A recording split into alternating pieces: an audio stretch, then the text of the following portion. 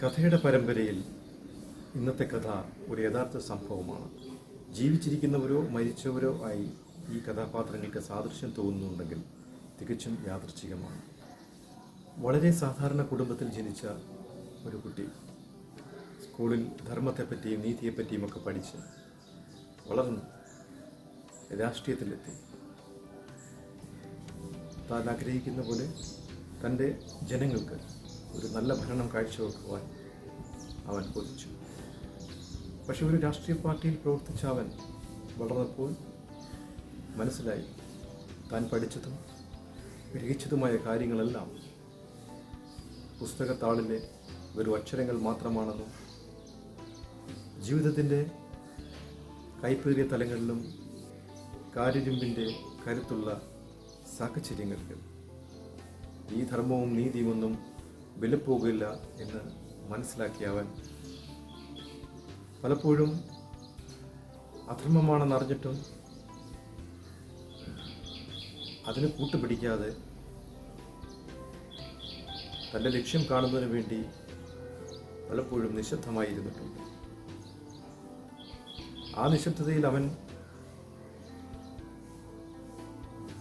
താൻ ആഗ്രഹിച്ച ധർമ്മം,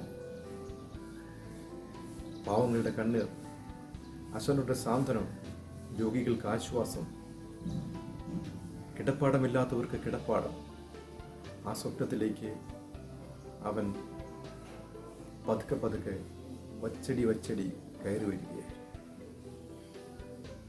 അവനറിയാമായിരുന്നു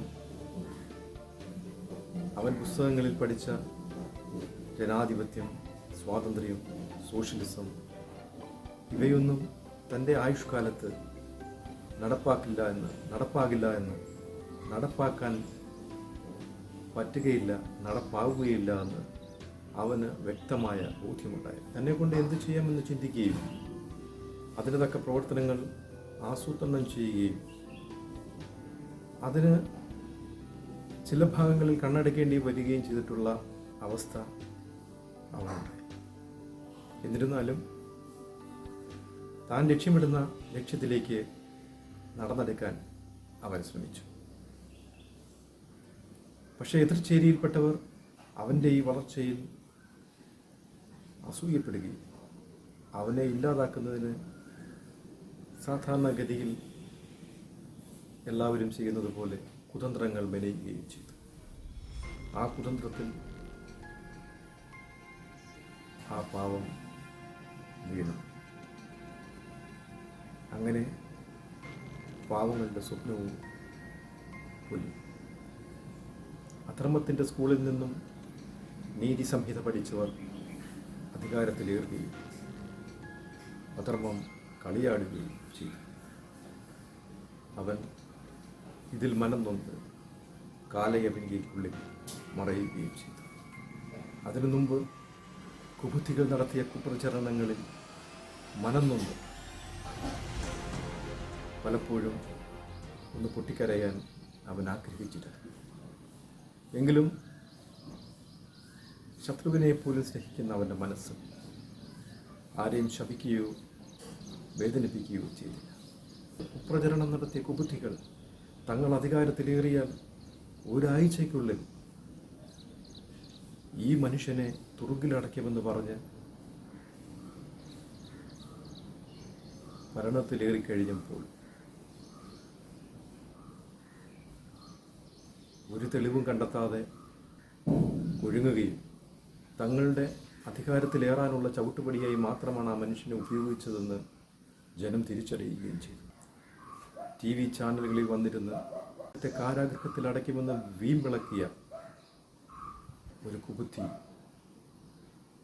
മന്ത്രിയായിട്ടും അദ്ദേഹത്തിനെതിരെ ഒന്നും ചെയ്യാൻ പറ്റിയില്ല എന്നുള്ളതാണ് സത്യം. പക്ഷേ സ്നേഹനിധിയായ അവൻ ആ കുബുദ്ധിക്കും തന്നെ ഇൻ്റർവ്യൂ ചെയ്യുവാനും തൻ്റെ സ്നേഹത്തിൻ്റെ പരിമളം അവനിലേക്ക് പകർത്തുവാനും സാധിച്ചു എന്നുള്ളതാണ് ഏറ്റവും വിചിത്രമായ സത്യം. ആ സ്നേഹത്തലോട് അവൻ്റെ കുബുദ്ധിയുടെ ഒരു മുള്ളെങ്കിലും ഒടിഞ്ഞു പോയിട്ടുണ്ടാവും എന്നാണ് ഞാൻ കരുതുന്നത്. എൻ്റെ കരുതൽ തെറ്റായിപ്പോയി.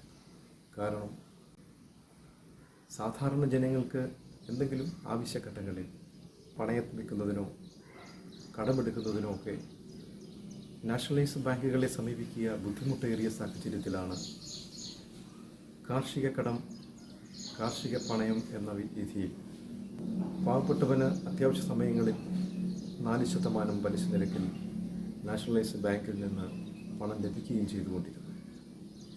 എന്നാൽ ഈ കുബുദ്ധി ഒട്ടനവധി കാര്യങ്ങൾ പറഞ്ഞ് അത് നിർത്തലാക്കുകയും പ്രൈവറ്റ് ബാങ്കുകളെ സഹായിക്കുകയും ചെയ്തു എന്നുള്ള ഏറ്റവും വേദനാജനകമായ കാര്യം.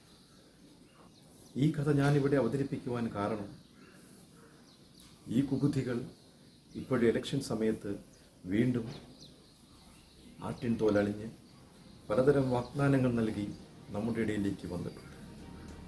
നമ്മളത് തിരിച്ചറിയണം. ചെന്നായി കൂട്ടങ്ങളെ, ആട്ടിൻ തോലണിഞ്ഞ ചെന്നായി കൂട്ടങ്ങളെ നമ്മൾ തിരിച്ചറിഞ്ഞില്ലെങ്കിൽ നമ്മുടെ കണ്ണീരൊപ്പാൻ നമ്മുടെ തൂവാലകൾ മതിയാവുകയില്ല. അതുകൊണ്ട് പ്രിയമുള്ളവരെ, നിങ്ങൾ ഓർക്കുക, ഞാനീ പറഞ്ഞ കഥാപാത്രം ഈ ഇലക്ഷനിലും മത്സരിക്കുന്നു, ഈ വരുന്ന ഇലക്ഷനിൽ മത്സരിക്കുന്നു. അവനെ തിരിച്ചറിഞ്ഞ് അവൻ്റെ എല്ലാ മുള്ളുകളും ഒഴിച്ച് അവനെ മുള്ളില്ലാത്ത നല്ലൊരു ശരിയായി മാറാൻ അനുവദിക്കണമെന്ന അപേക്ഷയോടെ ഈ കഥ നിർത്തുന്നു.